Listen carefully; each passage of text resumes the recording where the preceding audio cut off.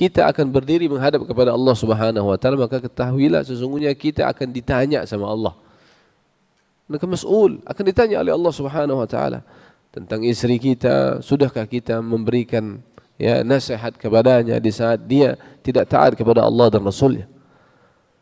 Tentang suami kita, sudah kita memberikan masukan, memberikan nasihat yang lembut kepada suami kita yang tidak taat kepada Allah dan Rasulnya.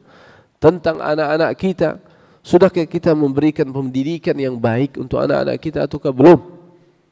Akan ditanya oleh Allah Subhanahu wa taala, kullukum ra'in wa kullukum mas'ul an ra'iyatihi.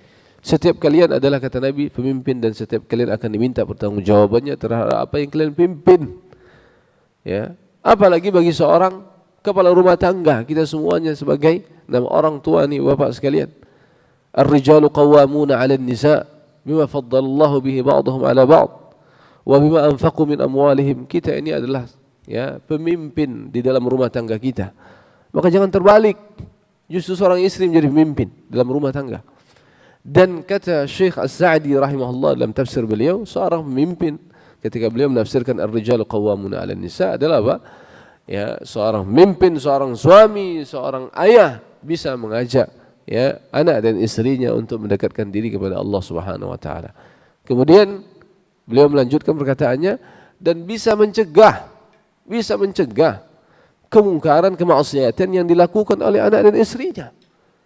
Maka jangan sampai kita sebagai seorang pemimpin melihat kemungkaran ada di hadapan kita yang dilakukan oleh anak dan istri kita, kita enggak bisa untuk mencegahnya. Betapa lemah kita sebagai seorang pemimpin. Seorang suami, sebagai seorang ayah, ketika kemaksiatan dan dosa itu dilakukan di hadapan kita, kita tidak bisa mencegahnya. Padahal Nabi SAW menjelaskan kepada kita, man ra'a minkum munkaran falyughayyirhu biyadihi. Penggalan hadis yang pertama ini, barang siapa yang melihat kemungkaran, maka hendaklah dia merubah dengan tangannya, kata Nabi.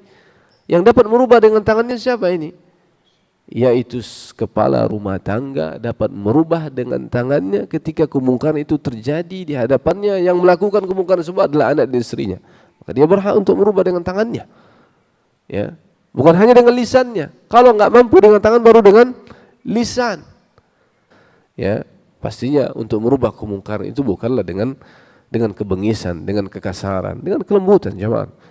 Dengan cara hikmah, dengan cara kelemah lembutan. Meletakkan sesuatu pada tempatnya. Hikmah itu adalah orang dapat meletakkan sesuatu pada tempatnya. Kapan di saatnya lembut, kapan di saat dia tegas. Ini yang dilakukan oleh Nabi SAW.